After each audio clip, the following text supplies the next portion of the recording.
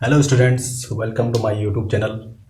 Students, आज जो हूँ मैं आपके साथ फर्स्ट टाइम जो है लाइव आया हूँ, लाइव लेक्चर स्टार्ट कर रहा हूँ। आज से इसी प्रकार से मैं लेक्चर्स आप लोगों के साथ शेयर करता रहूँगा, बिकॉज कन्वर्सेशन होना ज़रूरी है आई थिंक। इसलिए जो है मैं जो हूँ अब इसी प्रकार से लेक्चर्स अपलोड करता रहूँगा। स्टूडेंट्स, हमने प्रीवियस 3 लेक्चर्स चलाए हैं डीसी मशीन में। उसमें हमने डीसी मशीन का कंस्ट्रक्शन के बारे में पढ़ा, डीसी मशीन के पार्ट्स के बारे में पढ़ा, किन किन मटेरियल से वो बने होते हैं, क्या क्या उनके फंक्शन होते हैं। ठीक है, उसके बाद हमने जो है आर्मेचर वाइंडिंग को डिस्कस किया था, जिसमें मैंने आपको लैप वाइंडिंग, वेव वाइंडिंग के कंस्ट्रक्शन के बारे में बताया था। उसके बाद मैंने जो है आपको इंपॉर्टेंट बताया था EMF equation of DC generator. ठीक है ना, EMF equation of DC generator मैंने वहाँ आपको बताया था। ठीक है, तो आप जो है पहले इस मैं आज जो लेक्चर 4 स्टार्ट कर रहा हूँ, इस लेक्चर को देखने से पहले आप पहले उन 3 लेक्चर्स को जरूर देखें, है ना। क्योंकि कई स्टूडेंट्स ऐसे होंगे जो फर्स्ट टाइम देख रहे होंगे तो उनको समझ में नहीं आएगा। इसलिए उनको जो है वीडियो के टॉप में राइट हैंड साइड पे आप क्लिक करोगे तो वहाँ पर एक आई बटन आपको दिखेगा, उस आई बटन पर आप क्लिक करें, वहाँ पर आपको तीनों लेक्चर्स जो है अवेलेबल होंगे। तो आप पहले उन 3 लेक्चर्स को देखिए। 3 लेक्चर्स नहीं भी देखते तो कम से कम प्रीवियस लेक्चर जरूर देखें, ताकि आपके समझ में ये टॉपिक आए। ठीक है, वैसे तो आपको तीनों ही लेक्चर देखने पड़ेंगे, तभी जाके आपकी समझ में क्लियर होगा कि क्या चल रहा है। ठीक है, तो आज लेक्चर 4 है। लेक्चर 4 में हम आज पढ़ेंगे, हमने पिछले लेक्चर में पढ़ा था, आप थोड़ा सा रिवाइंड कर देता हूँ। हमने पढ़ा था जनरेटेड ईएमएफ। ये हमने लास्ट लेक्चर में पढ़ा था कि जो हमारा जनरेटेड ईएमएफ आता है उसका जो इक्वेशन आता है उसकी वैल्यू कितनी आती है, NP5Z/60A। को क्लासीफाई किया जाता है उस फील्ड वाइंडिंग के एक्साइटेशन के आधार पर किया जाता है ना। फील्ड वाइंडिंग होती है, और फील्ड वाइंडिंग को मैंने आपको बताया है, फील्ड वाइंडिंग में हमेशा क्या होती है, डीसी करंट होती है ना। फील्ड वाइंडिंग को एक्साइटिंग करने के लिए कौन सी करंट यूज़ की जाती है, डीसी करंट यूज़ की जाती है, जिससे क्या होता है इलेक्ट्रोमैग्नेट में नॉर्थ पोल साउथ पोल बनते हैं। ये मैंने आपको बताया है। ठीक है, इसीलिए कह रहा हूँ प्रीवियस लेक्चर जरूर देखना आप। ठीक, तो फील्ड वाइंडिंग को जो है डीसी प्रोवाइड की जाती है। तो फील्ड वाइंडिंग को हम डीसी मशीन में 2 तरह से हम फील्ड वाइंडिंग को डीसी प्रोवाइड कर सकते हैं। या तो सेपरेट डीसी सोर्स हम डीसी वाइंडिंग पे अप्लाई कर सकते हैं, या फिर मशीन के द्वारा ही हम आउटपुट से जो है डीसी मशीन को क्या कर सकते हैं, डीसी मशीन की जो फील्ड वाइंडिंग है उसको एक्साइटेड कर सकते हैं। ठीक है, तो डीसी फील्ड वाइंडिंग को एक्साइटेशन के आधार पे, डीसी फील्ड वाइंडिंग एक्साइटेशन के आधार पे जो है जनरेटर हमारे, डीसी जनरेटर हमारे 2 प्रकार के होते हैं। ठीक है, एक होता है हमारा सेपरेटली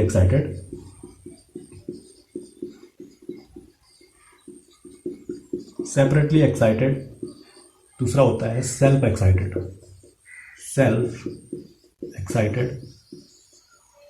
डीसी जनरेटर।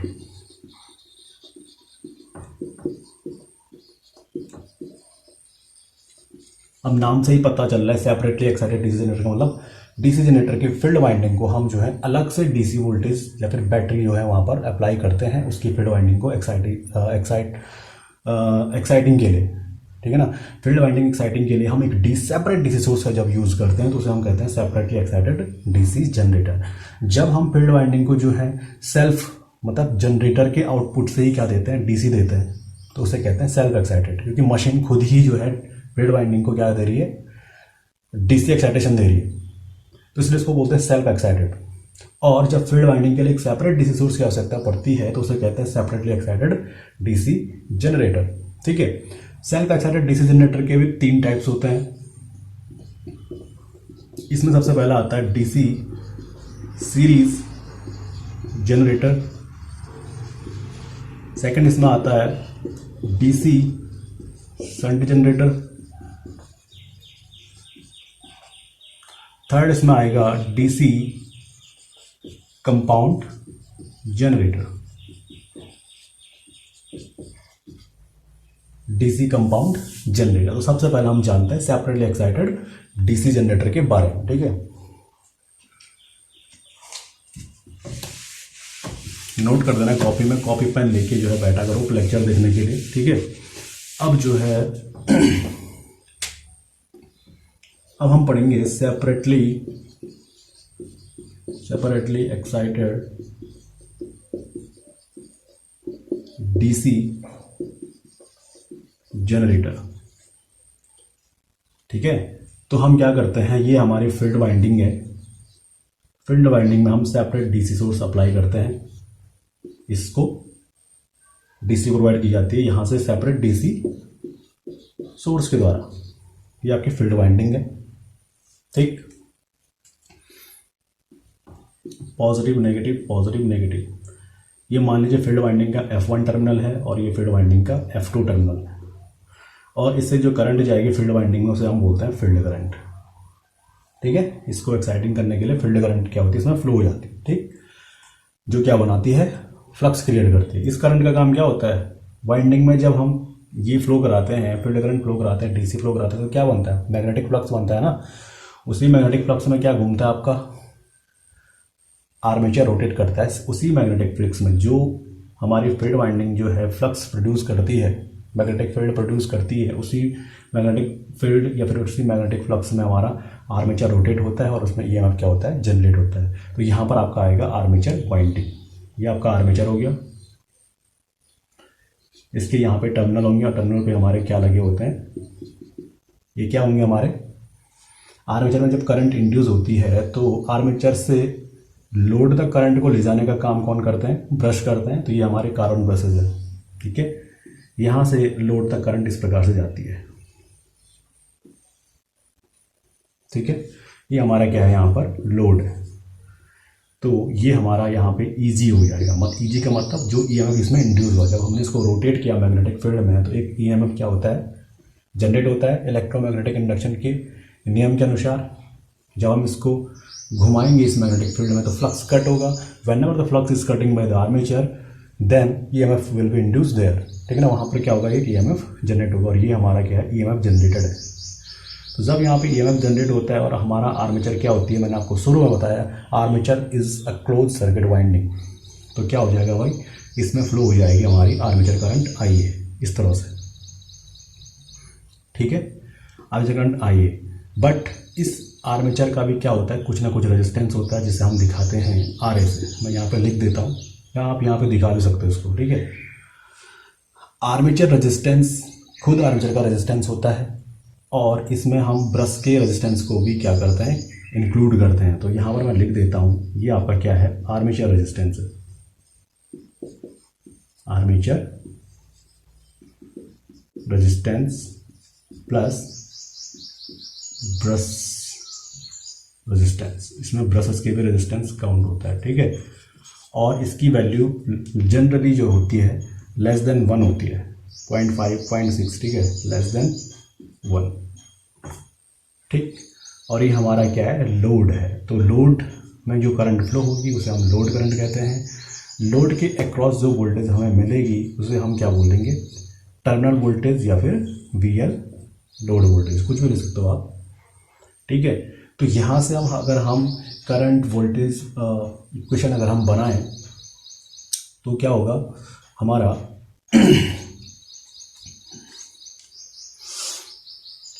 यहाँ पे आप देख रहे हैं जो हमारी लोड करंट है IL, वो किसके बराबर है, आर्मेचर करंट के बराबर है, क्योंकि ये सीरीज में है तो ये करंट सेम हो गई, ठीक है।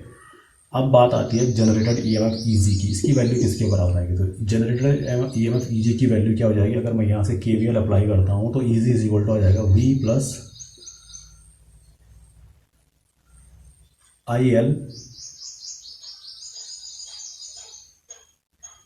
V प्लस IARA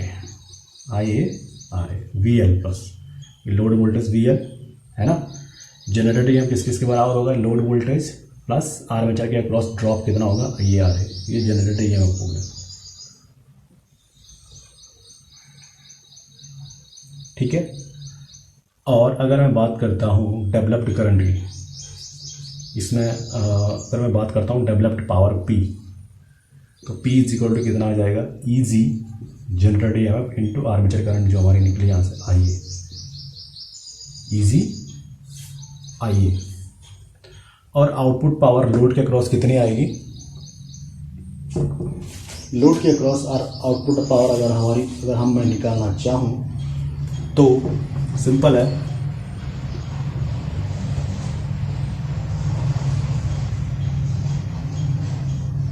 यहाँ पर मैं लिखूंगा पावर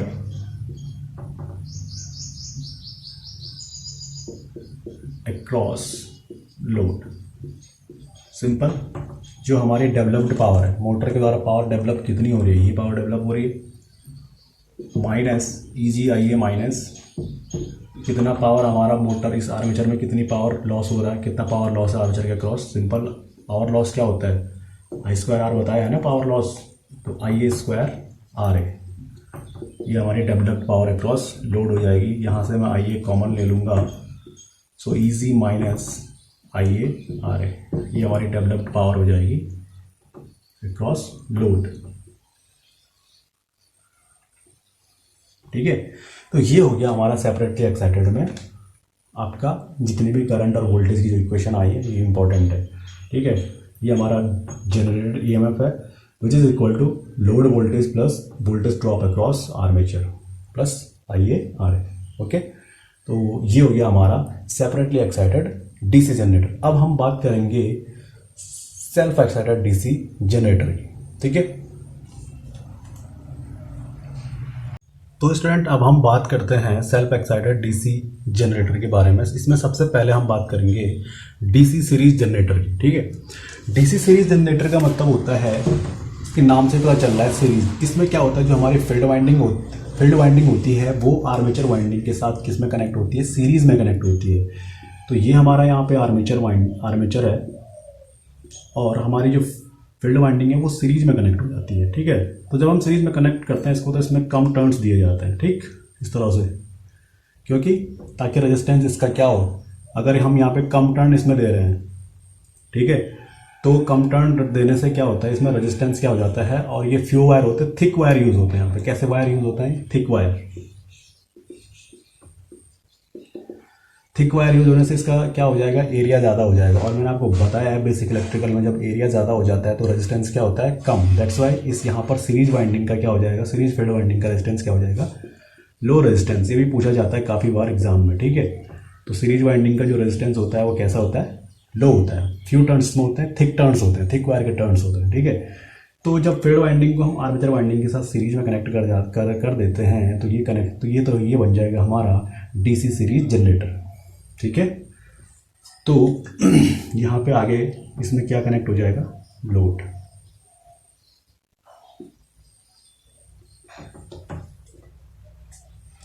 तो ये सेल्फ एक्साइटेड का फर्स्ट टाइम है। सेल्फ एक्साइटेड का मतलब क्या होता है कि आर्मेचर ने जो है क्या करा है, यहाँ से IA करंट जाएगी, मतलब आर्मेचर के करंट से ही हम क्या कर रहे हैं, फील्ड वाइंडिंग को एक्साइटेड कर रहे हैं, एक्साइटेशन प्रोवाइड कर रहे हैं आर्मेचर्स के आउटपुट से ही। यहाँ से ही करंट गई ना, आर्मेचर करंट जाएगी।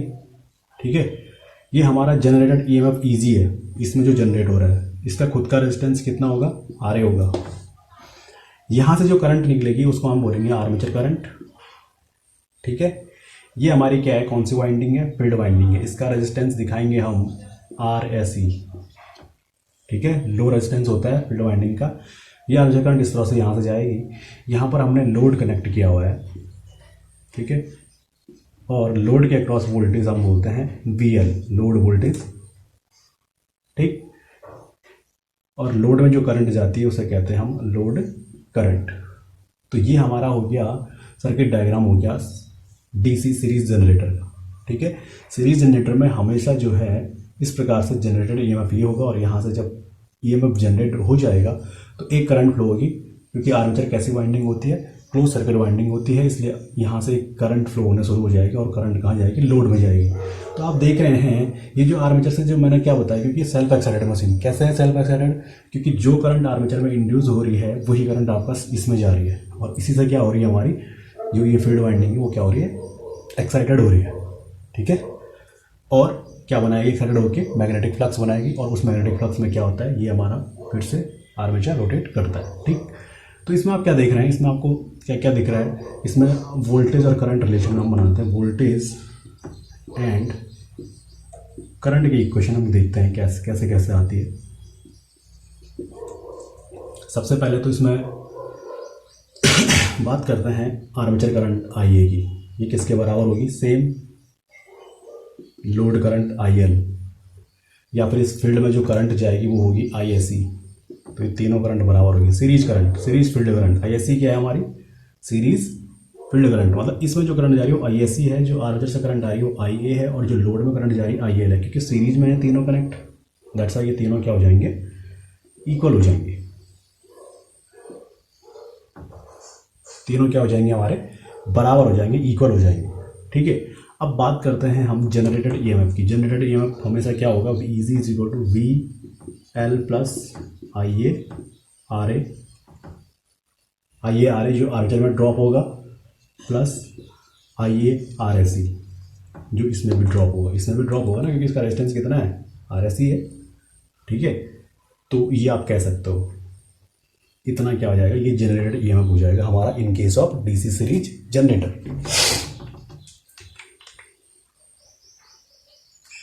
तो ये हो गया जनरेटेड EMF। अब हम बात करते हैं पावर डेवलप्ड इन आर्मेचर। कितनी पावर डेवलप्ड होगी आर्मेचर में, P आर्मेचर, जितना उसमें जनरेटेड EMF है EG IA, ये हो गया डेवलप्ड पावर इन आर्मेचर। ठीक है, नेक्स्ट हमारा क्या होगा, अब हमारा हमने निकालना है लोड के across power. So power across the load, जितनी पावर डेवलप हो रही है EG IA minus power across, इसके अक्रॉस कितनी पावर हो जाएगी,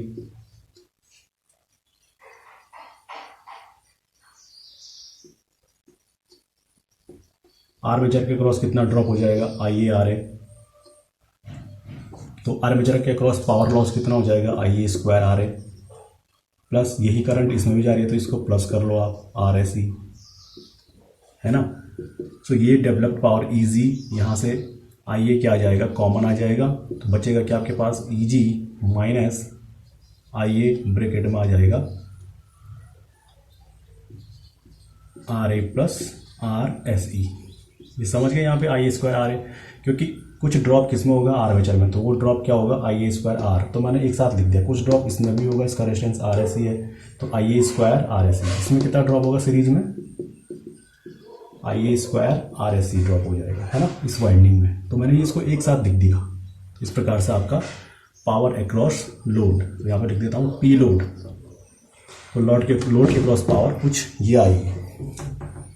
ठीक है, और इसको मैं लिखूंगा अगर सीधे सीधे लोड वोल्टेज के टर्म्स में लिखूँ, लोड वोल्टेज और लोड करंट के टर्म्स में लिखूँ, तो पावर इज इक्वल टू क्या होता है, सभी को पता है, वोल्टेज इंटू करंट। तो ये कितना हो जाएगा, IL इंटू VL। ये किसके बराबर आएगा, हमारा power across the load, load के अक्रॉस पावर। जितने भी फॉर्मूले आ रहे हैं बहुत ही इंपॉर्टेंट है। स्पेशल आपको ये फॉर्मूला पता होना चाहिए, जनरेटेड EMF किसके बराबर आता है, क्योंकि इस पर न्यूमेरिकल आएंगे आगे, मोटर और जनरेटर। ठीक है, तो ये आपके जनरेटर, ये हो गया हमारा DC सीरीज जनरेटर। ठीक है, जहाँ पर आर्मेचर वाइंडिंग और फील्ड वाइंडिंग कैसे कनेक्ट होती है, सीरीज में कनेक्ट होती है। ठीक, और ये हमने देख लिया इसके करंट और वोल्टेज के इक्वेशन। नेक्स्ट इसमें आएगा DC शंट जनरेटर। तो स्टूडेंट अब हम बात करते हैं DC शंट जनरेटर की, जहाँ पर क्या होता है, हमारी जो फील्ड वाइंडिंग होगी वो आर्मेचर वाइंडिंग के साथ पैरेलल में कनेक्ट होगी, मतलब समांतर क्रम में कनेक्ट होती है। तो कुछ इस प्रकार से उसका कंस्ट्रक्शन हो जाएगा। ये हमारा आर्मेचर है, ये कार्बन ब्रशेस लगे हुए हैं, ये पॉजिटिव है, ये नेगेटिव है, या फिर आर्मेचर टर्मिनल या फिर कार्बन ब्रशेस, है ना, ये टर्मिनल भी मान लो कि कार्बन ब्रश यहाँ पे लगे हुए हैं। ठीक, ये आर्मेचर वाइंडिंग के साथ आपका कनेक्ट होगा कुछ ऐसे। ठीक है, या फिर आप थोड़ा सा इसको समझने के लिए, बेहतर समझने के लिए इस तरह से इसको बनाइए। ये क्या है, हमारी फील्ड वाइंडिंग है। ठीक है, और ये है हमारे यहाँ पर आर्मेचर वाइंडिंग। ठीक, फील्ड वाइंडिंग और आर्मेचर वाइंडिंग कैसे कनेक्ट है, पैरेलल में कनेक्ट है, शंट में यही होता है। ठीक है, और यहाँ पर जो हम फील्ड वाइंडिंग में जो हम टर्न्स बनाएंगे, ठीक है ना, ये बनाए जाते हैं फाइन वायर के टर्न्स। फाइन वायर मतलब पतले वायर के टर्न्स बनाए जाते हैं। और यहाँ पर क्या होता है, ये दोनों, यहाँ पर क्या होगा, वही आपका लोड कनेक्ट होगा यूँ। ठीक है, तो शंट जनरेटर के केस में क्या होता है, आर्मेचर और फील्ड वाइंडिंग कैसे कनेक्ट होते हैं, पैरेलल में कनेक्ट होते हैं। लोड तो अपनी जगह पर ही है, जैसा था, जैसे सब में। ठीक है, तो वहाँ पर हमने देखा जब मैं सीरीज जनरेटर की मैंने बात की थी, वहाँ पर जब फील्ड वाइंडिंग को जब मैंने सीरीज में लगाया तो वहाँ पर हमें कुछ टर्न दिए, यहाँ पे टर्न्स ज़्यादा दिए हैं। वहाँ पर हमने कुछ टर्न्स दिए हैं, बट वहाँ पर हमने टर्न्स कैसे दिए थे, हमने थिक वायर के टर्न्स दिए थे। क्यों प्रोवाइड किए थे हमने थिक वायर के टर्न्स? ताकि इस वाइंडिंग का रेजिस्टेंस क्या हो जाए, कम हो जाए। थिक वायर के टर्न्स यूज़ करने से एरिया क्या हो जाएगा, बढ़ेगा। एरिया बढ़ेगा तो रेजिस्टेंस क्या होगा, रेजिस्टेंस क्या होता है, inversely proportional to the area होता है। यानी कि एरिया बढ़ेगा, थिक वायर में यूज़ करूँगा मतलब एरिया बढ़ेगा। एरिया बढ़ेगा तो रेजिस्टेंस क्या होगा, कम होता है। और सीरीज में हमें ज़रूरत ही वही थी कि हमारा रेजिस्टेंस कम होना चाहिए, ताकि लोड पे जो है जितनी उसको ज़रूरत है उतनी करंट पहुंच सके। इसीलिए हमेशा डीसी सीरीज जनरेटर के केस में या फिर डीसी सीरीज मशीन के केस में अगर हमेशा जो हमारी फील्ड वाइंडिंग होती है उसमें क्या होता है, कम टर्न्स यूज़ होते हैं, फ्यू टर्न्स यूज़ होते हैं, ठीक है। और थिक वायर के यूज़ होते हैं। थिक वायर के यूज़ करने से रेजिस्टेंस क्या हो जाएगा, हमारा कम हो जाएगा, क्योंकि एरिया बढ़ जाएगा, ठीक है। यहाँ पर जस्ट अपोजिट होता है। यहाँ पर आपका जो है फाइन वायर यूज़ होता है। फाइन का मतलब होता है पतले वायर यूज़ होते हैं। पतले वायर यूज़ होंगे तो रेजिस्टेंस क्या होगा भाई, पतले वायर को यूज़ करने का मतलब एरिया कम हो जाएगा। और एरिया कम हो जाएगा तो रेजिस्टेंस, आपको पता है अगर एरिया कम होगा तो रेजिस्टेंस क्या हो जाएगा, बढ़ जाएगा। और शंट वाइंडिंग के केस में हमें रेजिस्टेंस ज़्यादा ही चाहिए होता है। अगर इसका रेजिस्टेंस हम कम रखेंगे तो लोड पे ज़्यादा करंट नहीं पहुंच पाएगी। जितनी इसको चाहिए उतनी करंट यहाँ तक पहुंचेगी नहीं। सारी करंट कहाँ आएगी आपकी, यहाँ आ जाएगी। क्योंकि हमेशा करंट क्या करता है, करंट का नेचर क्या होता है, हमेशा लो रेजिस्टेंस पाथ को फॉलो करता है। जहाँ उसको रेजिस्टेंस कम दिखेगा वहाँ चला जाएगा। अगर इसको भी हम जैसे सीरीज वाइंडिंग के तौर से हम इसको बनाते, इस फील्ड वाइंडिंग को यहाँ पर बनाते, तो क्या होता, हमारी करंट सारी यहाँ चली जाती। लोड पे आपको करंट ही नहीं मिलता। तो जब आपको लोड पे करंट नहीं मिलता तो आउटपुट पावर भी क्या हो जाती, कम हो जाती, वोल्टेज भी यहाँ कम हो जाता। इसीलिए इसका रेजिस्टेंस क्या रखा जाता है, ज़्यादा रखा जाता है। उसको करने के लिए इसमें टर्न्स ज़्यादा किए जाते हैं। पतले वायर के टर्न्स यूज़ किए जाते हैं। और पतले वायर के टर्न्स यूज़ करने से क्या होता है, एरिया कम हो जाता है और रेजिस्टेंस क्या हो जाता है, इसका बढ़ जाता है। तो सीरीज वाइंडिंग के केस में क्या होता है, रेजिस्टेंस कम होता है, ठीक है। सीरीज वाइंडिंग के केस में रेजिस्टेंस हमारा कम होता है। फील्ड वाइंडिंग, शंट वाइंडिंग के केस में क्या हो जाता है, हमारा रेजिस्टेंस बढ़ जाता है, ठीक है। ये पॉइंट आपको पता होना चाहिए कि सीरीज वाइंडिंग में कम टर्न्स यूज़ किया जाता है, थिक वायर यूज़ क्यों किया जाता है ये मैंने आपको बता दिया है। शंट वाइंडिंग में जो है थिन वायर यूज़ किए जाते हैं और लॉन्ग टर्न्स यूज़ किए जाते हैं, क्यों, ठीक है। तो ये हो गया, मैंने आपको इसका रीज़न बता दिया, ठीक है। अब हम बात करते हैं, सर्किट पर आते हैं। ये हमारा आर्मेचर टर्मिनल है, प्लस माइनस, ठीक है। यहाँ पर हमारा ईएमएफ जनरेट होता है ईजी, जैसे सभी मशीनों में आ रहा है। इसका रेजिस्टेंस कितना होता है, RA, ठीक है। यहाँ से जो करंट हमारी आएगी आर्मेचर से उसको क्या बोलते हैं, आर्मेचर करंट IA, ठीक है। और यहाँ पर आने के बाद आर्मेचर करंट दो पार्ट में बढ़ जाती है, एक लोड पे जाती है और एक यहाँ जाती है। यहाँ जो करंट हमारी आती है उसे बोलते हैं ISH, क्योंकि आर्मेचर के क्रॉस जो हमने लगाया है वो क्या है, शंट है, इसको शंट बोलेंगे। पैरेलल में अगर कोई रेजिस्टेंस जुड़ता है तो दैट इज शंटेड, उस कंडीशन को शंटेड कंडीशन कहते हैं। ये तो होता है, कभी भी आप किसी भी लोड के क्रॉस आप पैरेलल में एक रेजिस्टेंस लगाते हैं तो हम उसको क्या बोलते हैं, दैट वो हमने उसको शंट कर दिया, शंटेड कर दिया, तो ये हमेशा शंटेड हो गया है। तो जब शंटेड हो गया तो ये कौन सी करंट हो जाएगी, शंट करंट, शंट वाइंडिंग में बोलते हैं। अब यहाँ पर फील्ड वाइंडिंग शंट वाइंडिंग भी करा सकती है, ठीक है। तो ये शंट करंट होगी और इसका जो रेजिस्टेंस होगा RSH, शंट का रेजिस्टेंस, SS का मतलब शंट, ठीक है। यहाँ जो करंट जाएगी हमारी वो होगी हमारी लोड करंट, क्योंकि ये आपका लोड है। सो IL से दिखा दिया, ये ISH हो गया और ये आपका IA। इसके अक्रॉस, लोड के अक्रॉस वोल्टेज जैसे मैंने आपको बताया था क्या होता है, लोड वोल्टेज VL। तो यहाँ पर करंट और वोल्टेज की रिलेशन हम देखते हैं, करंट एंड वोल्टेज रिलेशन हम यहाँ पे देखते हैं क्या क्या निकलता है हमारे पास। सबसे पहले तो जो हमारी आर्मेचर करंट है आप देख रहे हैं वो दो पार्ट में डिवाइड हो रही है। एक शंट फील्ड, एक तो शंट वाइंडिंग में जा रही है ISH, एक लोड में जा रही है IL। तो IA इज इक्वल टू आ जाता है IL प्लस ISH। अब ये मत समझना कि ये इनका कोई भी इंपॉर्टेंस नहीं, जो चीज़ मैं आपको डेरिवेशन करा रहा हूँ ये काम आएंगे आपके न्यूमेरिकल में।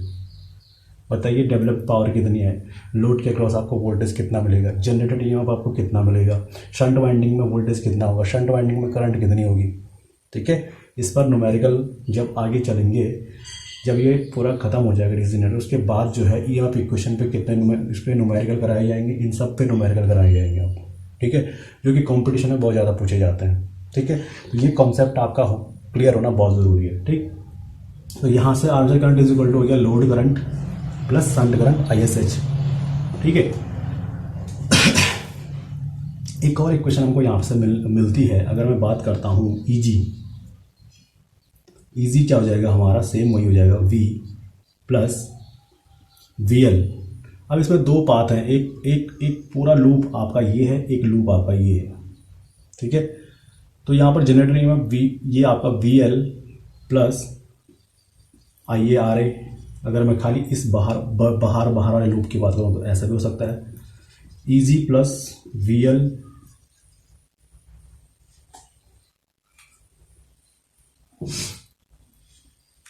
हाँ। और जो हमारा यहाँ पर जो VL है, आप देख रहे हैं ये जो वोल्टेज है और ये दो वोल्टेज है, ये दोनों समांतर क्रम में है। RSH और लोड हमारे कैसे में जुड़े हैं, समांतर में जुड़े हैं। अगर लोड पे वोल्टेज VL है तो इस RSH पे वोल्टेज कितना होगा, इस पे भी वही वोल्टेज होगा। तो यानी कि VL इज इक्वल टू मैं क्या लिख सकता हूँ, इसके अक्रॉस ड्रॉप, इस RSH के अक्रॉस कितना ड्रॉप होगा भाई, ISH करंट है, RSH रेजिस्टेंस है, तो ड्रॉप कितना हो जाएगा ISH RSH। यानी कि लोड वोल्टेज जो है, जो हमारा लोड वोल्टेज VL आया है वही इस पे भी तो होगा, क्योंकि ये दोनों कैसे में कनेक्ट हैं, पैरेलल। समांतर में क्या होता है, वोल्टेज सेम होता है। तो इस पे वोल्टेज कितना आएगा, अगर मैं निकालना चाहूँ, करंट ISH है, ये RSH है, तो voltage V is equal to IR।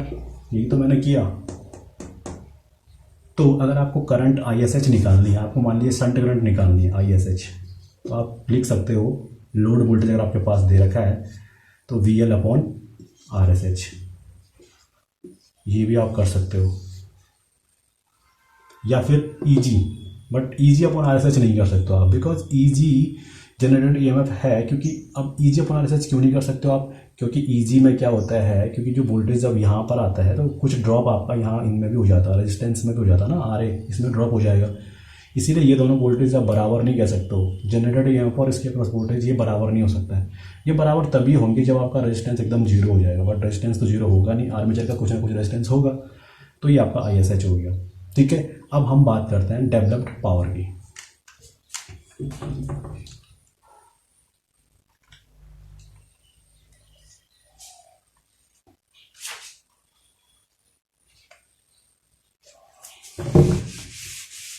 तो इसमें डेवलप पावर हो जाएगी P is equal to P develop is equal to हो जाएगा EG IA, सेम वही। डेवलप पावर का मतलब जहाँ पर आर्मेचर में वोल्टेज कितना इंक्रीज हो रहा है और कितनी उसमें करंट आ रही है, IA EG है ना स्टार्टिंग में, तो डेवलप पावर है। पावर अक्रॉस लोड कितना हो जाएगा, जितनी आपकी लोड करंट है IL इंटू VL। ये बहुत ही इंपॉर्टेंट कॉन्सेप्ट आपको मैंने बताया है। ये डीसी शंट जनरेटर भी हमारा क्लियर हो चुका है, वोल्टेज करंट पावर इक्वेशंस मैं आपको बता चुका हूँ, ठीक है। अब हमारा आता है डीसी कंपाउंड जनरेटर। तो स्टूडेंट्स अब लास्ट में आता है हमारा DC compound generator, third type of self excited DC generator, ठीक है। डीसी कंपाउंड जनरेटर में हम फील्ड वाइंडिंग के दो सेट यूज़ करते हैं, ठीक है। दो सेट क्या करते हैं, यूज़ करते हैं। तो किस प्रकार से उसके कनेक्शंस होते हैं, एक यहाँ पर आएगा आपका लॉन्ग शंट और एक आपका आएगा शॉर्ट शंट। जब आपका सेट, दो सेट में से एक सेट आर्मेचर के साथ सीरीज़ में, और वो दोनों सीरीज़ में कनेक्ट होके फील्ड वाइंडिंग उसके साथ पैरेलल में आती है, तो वो लॉन्ग शंट होता है। जब आपका जो है फील्ड वाइंडिंग का दो सेट की मैं बात कर रहा हूँ, उसमें से एक फील्ड वाइंडिंग जब आर्मेचर और शंट के साथ जो है पैरेलल में हो जाती है, तो वो आपका शॉर्ट शंट हो जाता है, ठीक है। तो यहाँ पर आप देखिए, आप जो है सर्किट से समझ जाएंगे लॉन्ग शंट क्या हुआ, शॉर्ट शंट क्या हुआ, ठीक है। सबसे पहले अगर हम बात करते हैं, अगर इस प्रकार का आपको कंस्ट्रक्शन दिखता है मशीन का, ये हमारी फील्ड वाइंडिंग है और ये क्या है, हमारी आर्मेचर वाइंडिंग है, ठीक है। और यहाँ पर लोड कनेक्ट है, ये लोड कनेक्ट है। यहाँ पर मैंने बोला दो सेट यूज़ होते हैं फील्ड वाइंडिंग, तो एक ये हो गया, एक यहाँ पर आ गया, ये इसे कहते हैं short shunt machine, short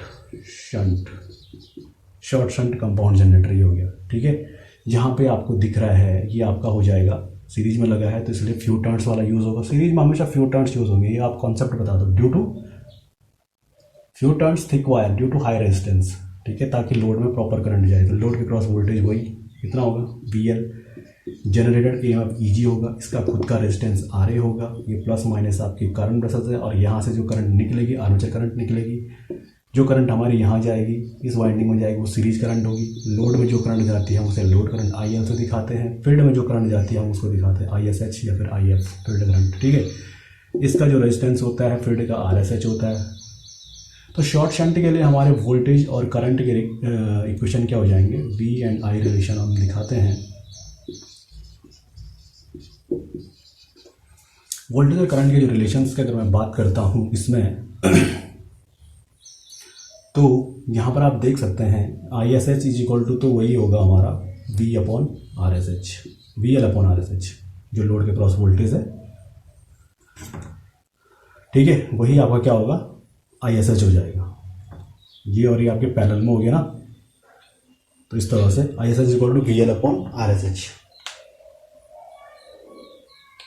sorry इसमें ISH हो जाएगा, हाँ इसमें क्योंकि ये भी आ गया ना, ये पूरा सीरीज में हो गया आपका, ये वाला आपका पूरा सीरीज ये भी यहाँ पे आ गया।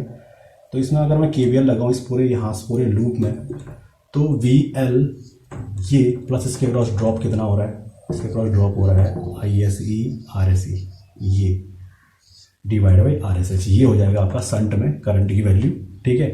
ये लोड वोल्टेज प्लस इसमें कितना ड्रॉप हुआ, इसमें ड्रॉप हो गया ISE RSE, क्योंकि KVL लगेगा इस बाहर के लूप में ना, तो ISH की वैल्यू हम ऐसे निकाल देंगे, ठीक है।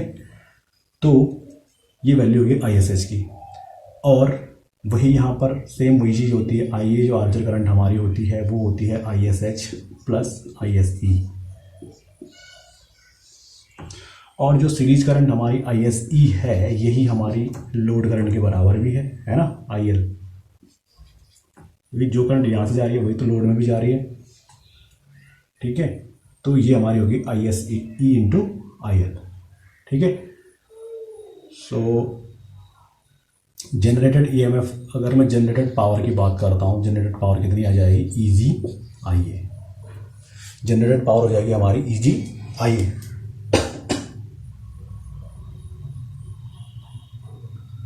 और लोड के क्रॉस पावर जैसे कि बताया मैंने आपको, लोड के क्रॉस पावर आती है VLIL, कितनी होगी VLIL क्या होगी हमारी लोड के क्रॉस वोल्टेज, क्योंकि लोड का क्रॉस वोल्टेज कितना है VL है और करंट कितनी IL, तो पावर कितनी हो जाएगी VL voltage into current, that is V into I, ठीक है। डेवलप्ड पावर कितनी होगी, जितना डेवलप्ड वोल्टेज है, कितना है डेवलप्ड वोल्टेज जनरेट कितना हो रहा है EG इंटू IA, तो ये हमारी डेवलप्ड पावर होगी, हमारी लोड की क्रॉस पावर होगी। शंट करंट की वैल्यू हमारी KVL लगा के ये आ गई है, ठीक है। तो ये हमारे वोल्टेज और करंट इक्वेशन हो गया है, ठीक है। अगर जनरेटेड EMF EG की मैं बात करता हूँ, ये आपका जनरेटेड EMF है, EG इज इक्वल टू कितना हो जाएगा IARA, इसमें ड्रॉप आर्चर में ड्रॉप, अगर मैं सिर्फ इसकी बात करता हूँ, ठीक है, EG is equal to IARA plus ISE RSE plus VL, ये हमारा क्या हो जाएगा जनरेटेड EMF हो जाएगा। ये वोल्टेज प्लस इसमें वोल्टेज प्लस इस आर्मेचर में ड्रॉप, दिस वन इज, ये क्या हो जाएगा हमारा जनरेटेड EMF,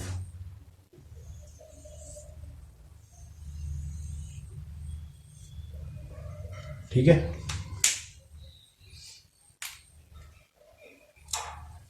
सो ये हमने पढ़ा DC कंपाउंड जनरेटर में शॉर्ट शंट के बारे में, ठीक है। ये हमारा हो गया शॉर्ट शंट। अब बात करते हैं लॉन्ग शंट जनरेटर की।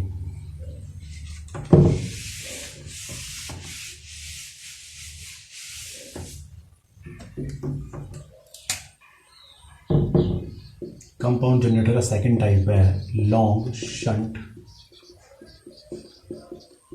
जनरेटर। लॉन्ग शंट में क्या होगा आपका, सिंपल ये आपकी फील्ड वाइंडिंग है, ये आपकी आर्मेचर वाइंडिंग है या फिर ये आपका आर्मेचर हो गया। इस आर्मेचर के साथ मैंने आपको बताया था ये आपका सीरीज में लग जाता है, ये आपका लॉन्ग शंट हो गया है, ठीक है। ये क्या बन गया आपका लॉन्ग शंट। ये आपका लॉन्ग शंट बन गया। इधर आपका क्या आ जाएगा, ये आपका लोड आ जाएगा। सिंपल। यहाँ जनरेटेड ईएमएफ ईजी हो जाएगा। सेम इसका खुद का रेजिस्टेंस आर ए हो जाएगा। यहाँ से जो करंट आएगी आर्मेचर से वो आई ए होगी। इसमें जो करंट जाएगी आई एस सी होगी। तो आई एस सी और आर ए बराबर ही है। और जो आर्मेचर करंट यहाँ जाएगी वो आई एस एच हो जाती है, और यहाँ जाती है वो क्या हो जाती है, आई एल हो जाती है। लोड के क्रॉस वोल्टेज कितना होता है, वी एल हो जाता है।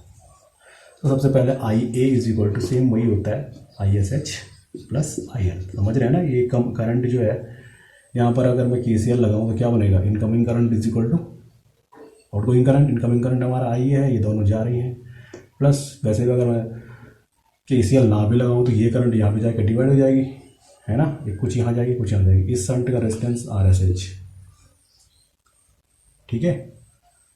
सो यहाँ पर आई एस एच की जो वैल्यू हो जाएगी वो हो जाएगी V L upon are S H हो सकता है यहाँ पे, क्योंकि ये जो वोल्टेज है ये और ये पैरेलल में है ना।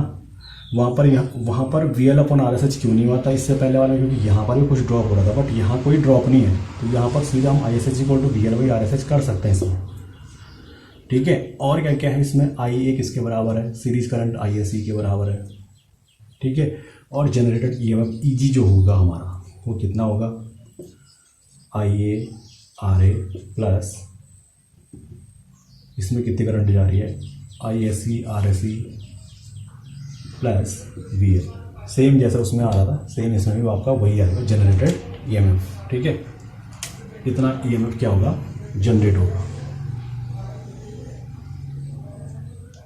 ठीक है। और पावर डेवलप्ड कितना हो जाएगा, पी डेवलप की अगर मैं बात करूँ तो ईजी आई है power across the load. Same वही लोड के क्रॉस पावर कितनी हो जाएगी, लोड के क्रॉस वोल्टेज और लोड करंट। तो ये सारे वोल्टेज और करंट इक्वेशंस आपको पता होनी चाहिए। ये चीज़ आप देखिए, इनको याद करने से बेहतर है आप कंस्ट्रक्शन को समझिए, कैसे करंट जा रही है, कैसे करंट डिवाइड हो रही है, किसका रेजिस्टेंस क्या है। सर्किट को देखिए, केसीएल केवीएल लगाओ, किरचॉफ वोल्टेज लॉ लग रहा है इनमें, केसीएल लग रहा है और बाकी कुछ नहीं है, ठीक है। रट्टा नहीं मारना आपको समझ के याद करना है। समझ के आपको याद करोगे तो हमेशा याद रहेगा, ठीक है। इस प्रकार से आपने क्या करना है, इनकी इक्वेशंस को याद करना है, ठीक है। और कमेंट बॉक्स में जो है कमेंट जरूर करें, अपना फीडबैक जरूर दें, ठीक है।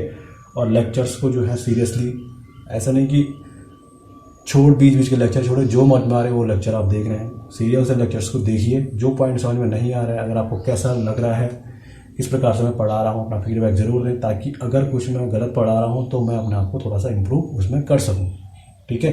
तो कमेंट बॉक्स में कमेंट जरूर कीजिएगा, अपना फीडबैक जरूर दें। चैनल को जो है अपने दोस्तों के साथ जरूर, अगर आपको लगता है ये इन्फॉर्मेशन आपके लिए सही है, अब मैं सही तरीके से मैं पढ़ा रहा हूँ, तो अपने दोस्तों के साथ जरूर वीडियो को शेयर करें, चैनल को सब्सक्राइब करें, वीडियोस को लाइक करें, ठीक है। जितने भी आपके सर्कल में जितने भी दोस्त हैं जो इलेक्ट्रिकल इंजीनियरिंग कर रहे हैं, चाहे वो आईटीआई कर रहा है, चाहे वो डिप्लोमा कर रहा है, चाहे वो कुछ भी कर रहा है, ठीक है ना, इलेक्ट्रिकल से रिलेटेड कुछ कोर्स अगर वो कर रहा है तो प्लीज़ प्लीज़ प्लीज़ जो है ये सब चीज़ें उनसे ज़रूर शेयर करें, ठीक है। सो आज के लेक्चर में इतना ही। अब जो है मुलाकात होगी नेक्स्ट लेक्चर में। सो आज के लिए धन्यवाद।